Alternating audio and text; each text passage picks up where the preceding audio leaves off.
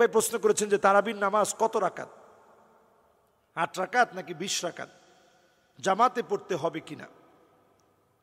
সলাতুত তারাবি নিয়ে এই বিতর্কটা বাংলাদেশে একেবারেই নতুন না, প্রত্যেক বছর আসে।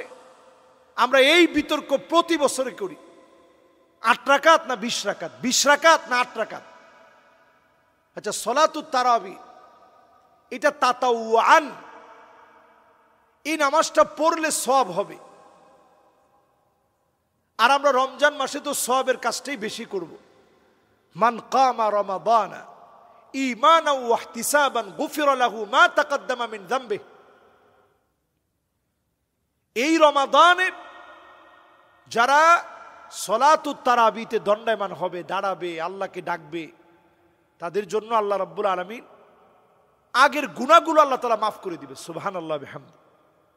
আমরা কোয়ালিটি মেনটেন না করে শুধু কোয়ান্টিটি নিয়ে আমরা মারামারিতে আছি বাংলাদেশে বহু বছর ধরে।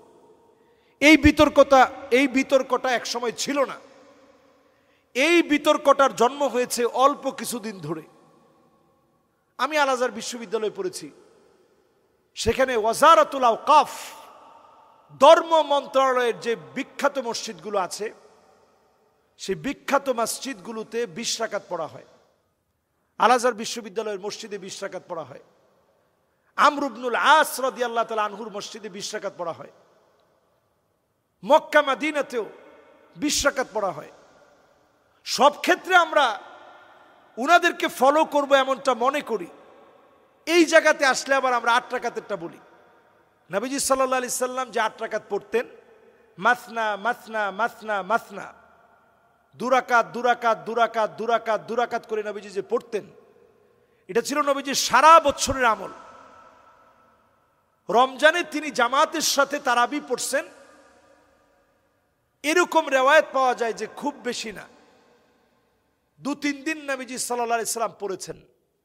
যখন দেখতেছেন যে এটা যদি নবীজি পড়ার কারণে মানুষের উপরে যদি এটা বাড়াবাড়ি হয়ে যায়, কষ্ট হয়ে যায়, মানুষের উপরে যদি চাপিয়ে দেওয়া হয় যে এই 20 রাকাত তারাবি পড়তে হবে, তাইলে এটা দেখা যাবে এত পরিমাণ কষ্টের কারণ হবে। অনেকে যারা অসুস্থ তারা তো এটা থেকে তখন ওজর খাই করতে পারবে না, তার পড়তে হবে।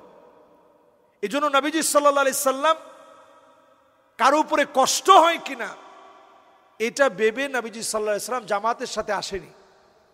ওমরে ফারুক রাদিয়াল্লাহু তাআলা আনহুর সময়ে 20 রাকাত জামাতের সাথে যারা নবীজির কুররা ছিল, নবীজি যাদের কাছ থেকে তেলাওয়াত শুনতেন, তাদেরকে দিয়ে তিনি তেলাওয়াত করি 20 রাকাত তারাবি শুরু হয়েছে।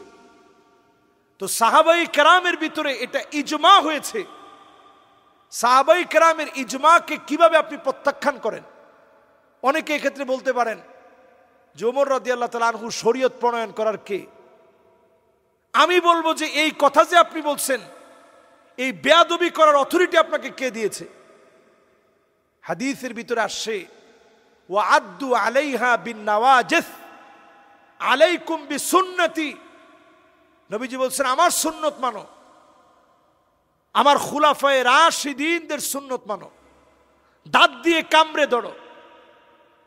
তো খুলাফায়ে রাশিদিনদের ভিতরে ওমর রাদিয়াল্লাহু তাআলা আনহু তিল পরিমাণ তিনি কোনো ছাড় দেন নাই। হকের ব্যাপারে অত্যন্ত বজ্র কঠোর ছিলেন তিনি 20 রাকাত সাহাবায়ে কেরামকে নিয়ে জামাতের সাথে অংশগ্রহণ করছেন। আবার কখনো কখনো না পড়ে পাশ দিয়ে চলে গেছেন।